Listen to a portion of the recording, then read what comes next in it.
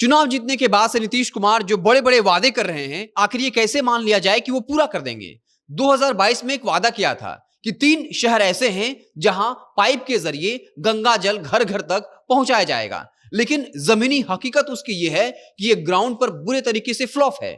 जबकि इसके लिए 4000 करोड़ से ज्यादा का बजट अलॉट किया गया था। आखिर उन हजारों करोड़ों का क्या हुआ? ग्राउंड पर किस तरीके से अधिकारी और कर्मचारी जो हैं वो पैसों की लूट मचाए हैं और ग्राउंड लेवल पर ये बिल्कुल फ्लॉप है।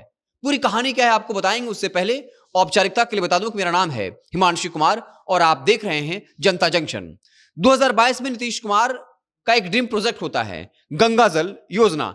इसका मकसद होता है कि 3 ऐसे इलाके, शहर की अगर बात करें तो गया में गया और बोधगया शहर, इसके अलावा नालंदा का राजगीर शहर और नवादा शहर जो है, क्योंकि ये सूखा पहाड़ी इलाका है, तो ऐसे में नीतीश कुमार ने एक योजना लाया और ये कहा कि गंगा जल का जो पानी है वो पानी सीधे इन शहरों के घरों में पाइपलाइन तक घर घर पहुंचेगा, यानी घर घर गंगा जल। और इसके लिए 4000 जो है माफ करिएगा 4475 करोड़ यानी 4500 करोड़ रुपए जो है बजट अलॉट भी कर दिया गया था। और इसका मकसद यही था कि बाढ़ के पानी को जो है इधर शिफ्ट कर देना, मतलब बाढ़ का जो पानी होता है बड़े बड़े जलाशय का निर्माण करना, उसमें गंगा जल का रखना और फिर उन जलों को इन शहरों तक घर घर में पाइपलाइन के जरिए पहुंचाना।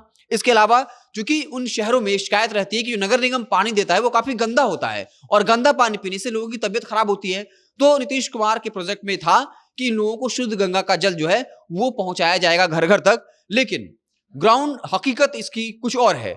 ग्राउंड पर जो लोग हैं उन्होंने कई तरह के संगीन आरोप लगाए और ये कहा कि पाइपलाइन जो है वो हर जगह बिछाया ही नहीं गया, तो गंगा जल की बात छोड़ दीजिए, हम लोग नगर निगम का पानी पीने को मजबूर हैं। पानी हमें छान कर पीना पड़ता है और इस पानी पीने से हमारे बच्चों की तबियत भी खराब हो जा रही है। आप समझिए नीतीश कुमार चुनाव जीतने के बाद एक बड़े दावे कर रहे हैं, उद्योग लगाने की बात कर रहे हैं, कंपनी लगाने की बात कर रहे हैं और उसके लिए हजारों करोड़ बजट का अलॉट भी कर दे रहे हैं। लेकिन आखिर ये कैसे माना जाए?